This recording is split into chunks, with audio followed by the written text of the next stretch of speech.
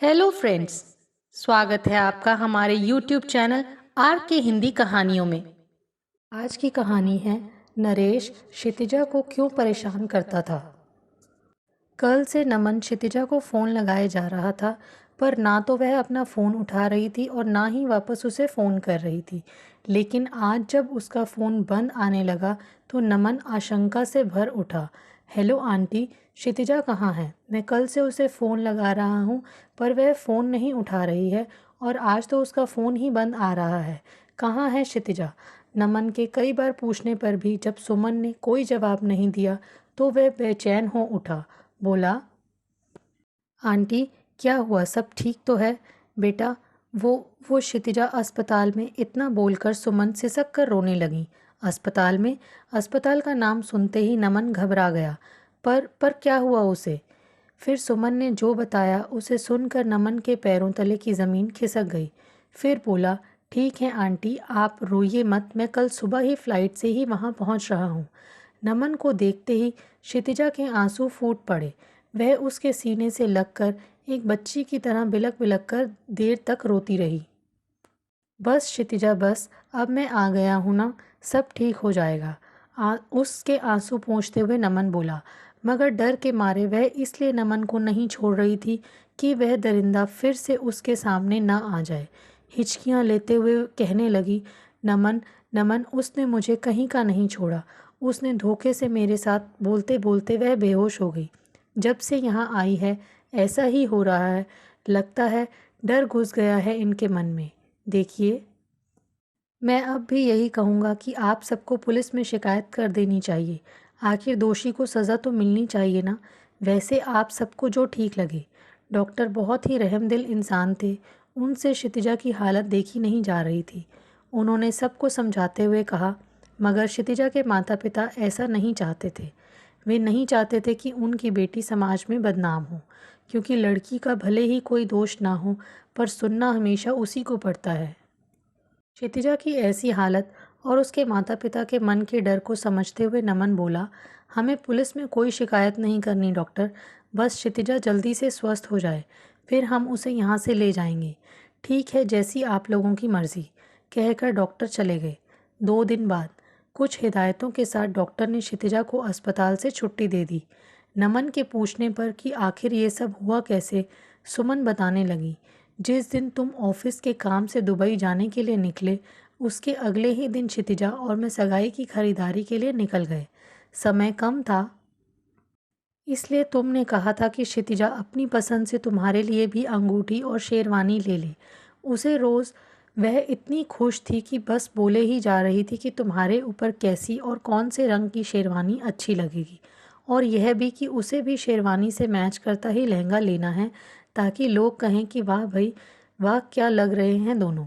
सारी खरीदारी बस हो चुकी थी कि उसी वक्त क्षितिजा के बॉस का फ़ोन आ गया। कहने लगा कि कोई ज़रूरी फ़ाइल है जो मिल नहीं रही है, तो वह आकर ज़रा उसकी मदद कर दे। अब यह क्या तरीका है क्षितिजा, जब उसे पता है कि तुम छुट्टी पर हो तो फिर कैसे? पर मेरी बात को बीच में ही काटते हुए बोली कि माँ, कल ऑडिट होने वाला है ना, इसलिए उस फाइल की ज़रूरत होगी और शायद मैंने वह गलती से अपने लॉकर में रख दी होगी। आप चिंता ना करो, मैं जल्दी आ जाऊँगी। कह वह वहीं ऑफिस के सामने उतर गई और मुझे ड्राइवर के साथ घर भेज दिया। मगर जब 2 घंटे बीत जाने के बाद भी वह घर नहीं आई, तब मैंने उसे फ़ोन लगाया तो बोली कि बस मैं निकल ही रही हूँ, और फिर फ़ोन काट दिया। हम खाने पर उसका इंतज़ार करते रहे, वह नहीं आई।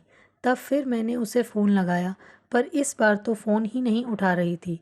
क्षितिजा के पापा कहने लगे कि रास्ते में होगी, शायद फ़ोन की आवाज़ सुनाई नहीं दे रही होगी। तुम चिंता ना करो, आ जाएगी। पर माँ का दिल है, चिंता तो होगी ही ना। लेकिन जब मेरी बर्दाश्त की हद हो गई, तब मैंने उसके बॉस को फ़ोन लगाया तो वह बोला कि वह तो घर कब की निकल चुकी है। उसकी बातें सुनकर मेरी टेंशन और ज़्यादा बढ़ गई। फिर मैंने उसके सारे दोस्तों से पूछा कि क्या क्षितिजा उनके घर पर है, पर सबका एक ही जवाब था, नहीं। समझ में नहीं आ रहा था कि क्षितिजा कहाँ जा सकती है और उसने अपना फ़ोन क्यों बंद कर रखा है। यह सोच सोच कर मेरा डर के मारे बुरा हाल था। मैं सोच रही थी कि कहीं मेरी बेटी को कुछ हो तो नहीं गया। हार कर मैंने क्षितिजा के पापा को उसके ऑफिस तक भेजा और जब उन्होंने वहाँ ताला लगा देखा तो वे भी घबरा गए। जब वहाँ के वॉचमैन से पूछा तो वह कहने लगा कि हाँ, क्षितिजा आई तो थी, पर फिर बॉस के साथ ही उनकी गाड़ी में बैठकर चली गई। माथा ठनका कि फिर उसके बॉस ने झूठ क्यों बोला। रात के 12 साढ़े 12 बजे तक जब किसी की जवान बेटी घर से बाहर हो और उसका फ़ोन भी ना लग रहा हो तो ज़रा सोचिए उन माँ बाप पर क्या बीतेगी। चिंता के मारे भूख प्यास नींद सब कुछ हवा हो चुका था हमारा। पूरी रात हमने आंखों में काट दी। सोचा सुबह होते ही पुलिस में इत्तला कर देंगे। तभी दरवाजे की घंटी बजी। मैंने दौड़कर दरवाज़ा खोला और फिर जो देखा उसे देखकर सन रह गई। क्षितिजा के कपड़े अस्त व्यस्त थे और वह दीवार से लगकर खड़ी मुझे एकटक निहार रही थी। मैं पहले उसे अंदर लाई और फिर झट से दरवाज़ा बंद कर दिया ताकि कोई देख ना ले। समझ में तो आ ही गया था मुझे, फिर भी मैंने पूछा कि कहाँ चली गई थी बेटा, और तुम्हारा फ़ोन भी नहीं लग रहा था। क्या तुम्हारे बॉस को? बॉस का नाम सुनते ही वह फूट पड़ी। उसकी आंखों से झरझर कर आंसू बहने लगे। मैंने इसे झंझोड़ कर पूछा कि क्या हुआ बता, किसी ने तेरे साथ? पर कुछ बोलने से पहले ही वह बेहोश हो गई। जल्दी से हम उसे अस्पताल ले आए। डॉक्टर ने जांच कर बताया कि उसके साथ बलात्कार हुआ है। यह सुनकर हमारे पैरों तले की ज़मीन खिसक गई कि कुछ दिन बाद सगाई होने वाली थी, यह उसके साथ क्या हो गया। सदमे से वह बार बार बेहोश हो रही है तो हम उससे पूछते क्या कि किसने उसके साथ ऐसी घिनौनी हरकत की। कुछ ठीक होने पर जब मैंने पूछा कि वह तो अपने बॉस को कोई फाइल देने गई थी, तो फिर ये सब कैसे हुआ और किसने किया, तब बताने लगी कि उसके बॉस ने ही धोखे से उसे उसके साथ उस रात अपने बॉस के बहुत आग्रह करने पर कि वह डिनर उसके साथ उसके घर पर ही चलकर करे, चाह कर भी वह मना नहीं कर पाई। वैसे पहले भी एक दो बार वह उसके घर जा चुकी थी। फिर यह भी सोचा कि बॉस की पत्नी तो होगी ही घर पर, लेकिन घर एक नौकर के अलावा और कोई नहीं था। वह भी खाना टेबल पर लगाकर चला गया। क्षितिजा के पूछने पर कि उसकी पत्नी और बच्चे कहाँ हैं, तो कोल्ड ड्रिंक्स का ग्लास उसके हाथ में पकड़ाते हुए उसका बॉस नरेश कहने लगा कि खाने का सारा अरेंजमेंट उसकी पत्नी ने ही किया है, पर अचानक से उसके किसी दूर के रिश्तेदार जो इसी शहर में रहते थे, उनकी मौत हो गई तो उसे फ़ौरन वहाँ जाना पड़ा। वह बस आती ही होगी। क्षितिजा यह सोचकर धीरे धीरे कोल्ड ड्रिंक्स के घूंट भरने लगी कि जब उसकी पत्नी आ जाएगी तब साथ में ही खाना खाएंगे। मगर उसे इस बात की चिंता भी हो रही थी कि माँ उसके लिए परेशान हो रही होंगी। अपने फ़ोन की बैटरी लो होने के कारण जब वह बॉस के फ़ोन से मुझे फ़ोन लगाने लगी तो यह कहकर नरेश ने उसके हाथ से फ़ोन ले लिया कि अब वह कोई छोटी बच्ची नहीं रही जो हर बात की खबर अपनी माँ को देती रहे। अरे, अब तो वह शादी करके अपने पिया के घर चली जाएगी, तो क्या फिर भी माँ को हर बात की जानकारी देती रहेगी? उसकी बातों पर क्षितिजा भी मुस्कुरा पड़ी, लेकिन उसे एहसास होने लगा कि उसकी आंखें बोझिल होने लगी हैं। कुछ समझ बोल पाती उससे पहले ही वह वहीं सोफे पर लुढ़क गई। सुबह जब उसकी आंखें खुली तो उसने खुद को एक बड़े से बेड पर पाया। उसका पूरा बदन दर्द के मारे टूट रहा था। लग रहा था जैसे किसी ने उसके शरीर को मचोड़ कर रख दिया हो। मगर हैरान तो वह तब रह गई जब उसने अपने को बिल्कुल वस्त्रहीन पाया। फिर अचानक उसे मेरा ख्याल आया और जैसे ही वह बेड पर से उठने की कोशिश करने लगी, नरेश सामने आकर खड़ा हो गया। उसके हाथ में शराब से भरा गिलास था। एक बड़ा सा घूंट भरते हुए वह बोला कि आराम से, वैसे ठीक तो हो ना? वह कुछ समझ बूझ पाती नरेश उसे घूरते हुए बोला, बहुत मज़ा आया सच में, तुमने मेरी रात रंगीन कर दी। इस रात को मैं हमेशा याद रखूंगा। बोलकर वह ज़ोर से हंसा और फिर शराब से भरा गिलास एक बार में ही गटक गया। नरेश को इस रूप में देख और उसकी बातें सुनकर क्षितिजा की आंखें हैरानी से फैल गईं। उसे विश्वास नहीं हो रहा था कि नरेश ने उसके साथ ये सब कुछ किया। चादर से ही अपने नंगे बदन को किसी प्रकार ढकती हुई बोली कि तुमने मेरे साथ धोखे से अपने घर बुलाकर तुमने मेरा बलात्कार किया, और वहाँ मेरी माँ? क्षितिजा की बातों पर वह जोर से हंसा और फिर बोला, तो क्या अपनी मर्जी से तुम मेरे साथ सोने के लिए राजी हो जाती? और माँ, हा हा कर वह ठहाके लगाने लगा। उसकी बेशर्मी देख गुस्से से क्षितिजा की आंखें लाल हो गईं। ललकारते हुए बोली कि ठीक है, अब देखो मैं क्या करती हूँ। कहीं का नहीं छोड़ूंगी मैं तुम्हें। सब बताऊंगी पुलिस को कि किस तरह तुमने मुझे धोखे से अपने घर बुलाया और फिर कैसे मेरी बेहोशी का फ़ायदा उठाया। बोलकर वह कमरे से निकलने लगी कि नरेश ने यह बोलकर उसका मुंह बंद कर दिया कि अगर उसने ऐसा सोचा भी तो वह उसका न्यूड वीडियो जो उसने बना लिया है उसे वायरल कर देगा। इसलिए उसकी भलाई इसी में है कि वह अपना मुंह बंद रखे। सारी बात सुनकर नमन का खून खौल उठा। मन तो किया कि उसका कि अभी जाकर उस नरेश का खून कर दे, पर उसने अपने गुस्से पर कंट्रोल कर लिया और सोचने लगा कि अगर उस शख्स के खिलाफ पुलिस में शिकायत करे तो वह खबर तुरंत अखबारों और टीवी की सुर्खियां बन जाएंगी और तब शायद क्षितिजा और अवसाद में चली जाएगी। हो सकता है बदनामी के डर से वह खुद को ही खत्म कर ले। लेकिन अगर दोषी को सज़ा नहीं मिलती तो भी खौफ में वह नहीं जी पाएगी। क्या शादी के बाद बलात्कार को याद कर वह अपना वैवाहिक जीवन अच्छी तरह जी पाएगी कभी? नहीं, मैं अपनी क्षितिजा को यूं घुट घुट कर मरते नहीं देख सकता। मैं इसे इस अवसाद से बाहर निकाल कर ही रहूँगा और इसके लिए चाहे मुझे कुछ भी क्यों ना करना पड़े, मैं पीछे नहीं हटूँगा। और फिर मन ही मन नमन ने फैसला कर लिया कि अब उसे आगे क्या करना है। नमन और क्षितिजा कॉलेज के समय से ही एक दूसरे से प्यार करते थे। उनकी शादी से उनके परिवार वालों को भी कोई आपत्ति नहीं थी, पर वे दोनों चाहते थे कि जॉब लगने के बाद ही शादी के बंधन में बंधे। नौकरी लगते ही वादे के अनुसार दोनों ने शादी करने का फैसला ले लिया। कुछ दिन बाद ही दोनों की सगाई होनी थी और ये सब हो गया। दिन प्रतिदिन क्षितिजा को और अवसाद में जाते देख उसके माता पिता और नमन बहुत परेशान थे। सबने अनेक प्रकार से उसे समझाने की कोशिश की, पर उसे तो जैसे काठ मार गया था। ना तो वह किसी से ठीक से बात करती थी और ना ही ठीक से कुछ खाती पीती थी। दिन ब दिन शरीर और कमज़ोर होता जा रहा था, अंदर ही अंदर टूट रही थी। उस मंज़र को याद कर कभी कभी आधी रात में ही उठ जाती और फिर उसे संभालना काफ़ी मुश्किल हो जाता था। आज फिर वही भयानक दृश्य क्षितिजा को दहला गया और वह घबरा कर उठ बैठी। उसकी आंखों से टप टप आंसू बहने लगे। उसकी हथेलियों को अपने दोनों हाथों के बीच दबाकर नमन कहने लगा, क्षितिजा मेरी तरफ देखो। अकेली तुम ही एक लड़की नहीं हो इस दुनिया में जो इस दुख से गुजर रही हो। ऐसी कितनी लड़कियां होंगी जो इस दुख से गुजरी होंगी और गुजर रही होंगी। तो क्या सबने हिम्मत हार दी होगी? जीना छोड़ दिया सबने? अरे गलती किसी और ने की है, फिर तुम क्यों खुद को सज़ा दे रही हो? बोलो। देखो अपनी माँ की तरफ, क्या हालत हो गई है उनकी। और देखो मेरी आंखों में। क्या लगता है कि अब इन आंखों में तुम्हारी तस्वीर नहीं है? क्षितिजा, तुम यह बिल्कुल मत समझना कि किसी के छूने भर से तुम्हारा कौमार्य भंग हो गया है या तुम अपवित्र हो गई या फिर पहले की तरह नहीं रही। फालतू की बातों को कभी अपने ऊपर हावी मत होने देना तुम। आज भी मेरे लिए तुम उतनी ही मासूम और पवित्र हो जितनी पहले थी। और देखना, उस पापी को उसके किए की सज़ा एक दिन ज़रूर मिलेगी। कहकर नमन ने क्षितिजा को अपने सीने से लगा लिया। नमन किसी तरह उसे उस खौफ से बाहर निकालना चाह रहा था, लेकिन जो डर क्षितिजा के मन पर हावी हो गया था वह निकलने का नाम ही नहीं ले रहा था।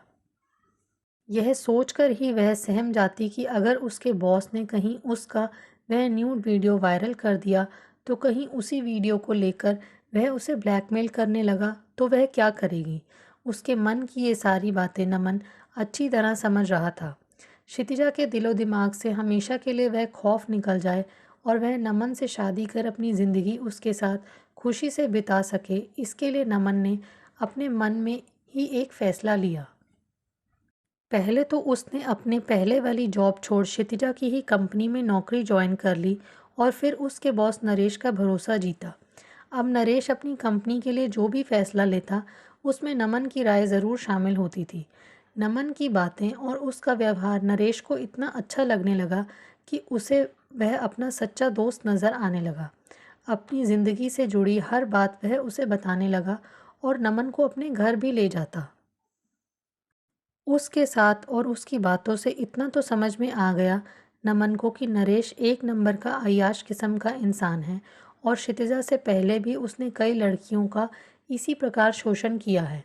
लेकिन सब इस डर से चुप रह गई कि वह उनका आपत्तिजनक वीडियो वायरल ना कर दे। उसकी गंदी हरकतों को जानने के बाद उसकी पत्नी उसे छोड़कर जा चुकी थी, लेकिन इस बात का उसे कोई मलाल नहीं था, बल्कि वह तो खुश था कि अब उसे कोई रोकने टोकने वाला नहीं है। अपनी योजना के अनुसार जब नमन ने बताया कि आज उसका जन्मदिन है और इसलिए वह नरेश को एक छोटी सी पार्टी देना चाहता है और उसने विदेशी शराब और लड़की का भी इंतज़ाम किया है, तो सुनकर नरेश के मुंह में पानी आ गया। नमन बोला, पर एक शर्त है सर, और वह यह कि पार्टी आपके घर पर ही होगी। क्योंकि नमन की पूरी बात सुने बिना ही नरेश ने उस बात के लिए हामी भर दी। अब शराब ही पिलाते रहोगे या लड़की के दर्शन करवाओगे नमन? नरेश ने बेसब्री से पूछा। हाँ सर, वह बस आती ही होगी, आप और लीजिए ना, कहकर नमन ने नरेश का गिलास शराब से भर दिया। नशा तो चढ़ ही चुका था नरेश के सिर, अतः कहने लगा, अब जन्मदिन तुम्हारा है और विदेशी शराब और शबाब की पार्टी तुम मुझे दे रहे हो। अरे उपहार तो मुझे तुम्हें देना चाहिए नमन। नरेश को नमन ने घूर कर देखा और फिर मन ही मन बोला, सारे उपहार तो आज मैं उसे दूंगा। मेरी क्षितिजा को तूने छूने की कोशिश की थी ना, अब मैं तुम्हें बताऊंगा कि किसी लड़की का फ़ायदा उठाना किसे कहते हैं। पर बोला, हाँ सर, सही कह रहे हैं आप, वैसे उपहार तो लूँगा ही मैं आपसे, कहकर नमन ने फिर उसका गिलास शराब से भर दिया। वैसे सर, उस लड़की का नाम क्या था? हाँ क्षितिजा, क्या किया था आपने उसके साथ? क्षितिजा का नाम सुनते ही नरेश ने अचकचाकर नमन को देखा। बोला, तुम्हें कैसे पता उस लड़की के बारे में? और मैंने क्या? अरे सर, अभी तो आपने बताया कि उस लड़की के साथ आपने यहीं इस घर में क्या क्या किया था। नमन ने अंधेरे में पहला तीर छोड़ा। समझ गया नमन कि अब नरेश पर नशा चढ़ चुका है और अब वह जो चाहे उसके साथ कर सकता है, जो चाहे उसके मुंह से उगलवा सकता है। अच्छा, शराब से भरे गिलास को एक बार में ही गटकते हुए बोला, बड़ी नमकीन थी, पर साली थी बहुत तेज़, हाथ ही नहीं लगाने देती थी अपने शरीर को कभी। लेकिन मैं भी कहाँ कम था, पा ही लिया उसके शरीर को। अरे तूने भी नमन किसकी याद दिला दी यार। फिर उसका शरीर पाने को मन मचल उठा। वैसे एक बात समझ नहीं आती कि औरतें मर्दों से इतना बिदकती क्यों हैं। अरे वे भोगने की वस्तु ही तो हैं, अगर हम उनके शरीर को नहीं भोगेंगे तो भला और कौन, कहकर वह मुंह फाड़कर हंसने लगा। नमन खून का घूंट पीकर रह गया।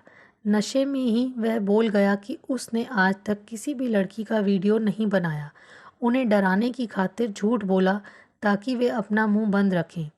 ओह, तो यह बात है, इसका मतलब इसने क्षितिजा का भी कोई वीडियो नहीं बनाया होगा। मन ही मन सोच नमन खुश हो उठा। नरेश अब तक इतनी पी चुका था कि बैठने के काबिल भी नहीं रहा, फिर भी नमन उसे पिलाए जा रहा था और वह नशे में बस लड़की को बुलाओ ना नमन, लड़की को बुलाओ की रट लगाए था। फिर उसके मुंह से वह भी निकलना बंद हो गया।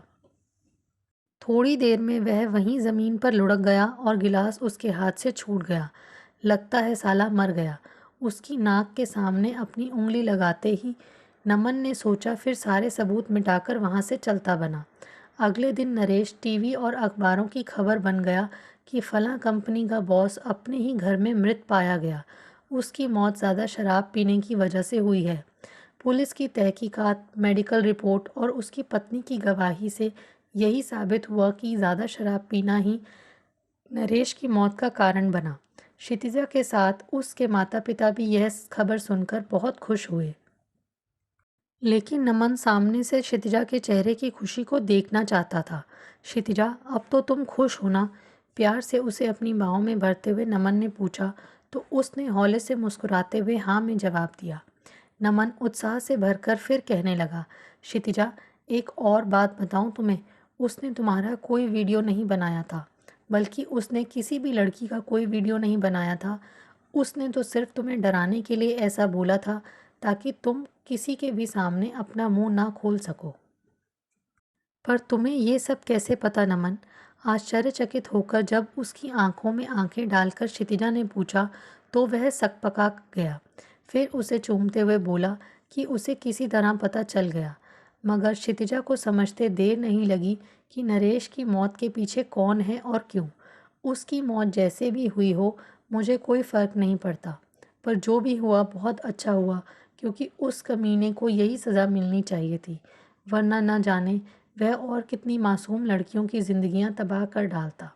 सोचकर क्षितिजा नमन की ओर देख मुस्कुराई तो नमन भी सुकून की एक लंबी सांस भरते हुए प्यार से क्षितिजा को निहारने लगा।